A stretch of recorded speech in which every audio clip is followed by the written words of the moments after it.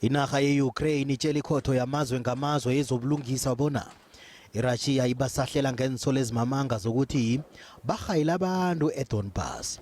Ithi kukunje idosa nzima ngombana iRussia iragela phambili nokubasahlela. iUkraine ithi ifuna isahlulelo esirhabako sokuqeda ipi eragela phambili le. Russia accuses Ukraine of committing genocide. Ukraine denies that claim in the strongest possible terms, and we will prove it. Russia claims that in order to stop a non-existent genocide, it can invade a sovereign state, Ukraine. Ukraine rejects this baseless claim. My message to Russia is this: let us settle our dispute like civilized nations. Lay down your arms and put forward your evidence. Ukraine respects this court and follows its orders.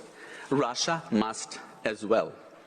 Mphathiswa zehlokodoroba yeUkraine iKyiv zibawe ikhotho yamazwe ngamazwe egweba amacala obulelesi ukuthi irarulula umraro lo ngorhaba. Kodwana nanyana kunjalo iRussia ingeni leyo iragela phambili nokusahlela. His Excellency Mr. Alexander V. Shulgin, Ambassador of the Russian Federation to the Kingdom of the Netherlands, indicated that his government did not intend to participate in the oral proceedings.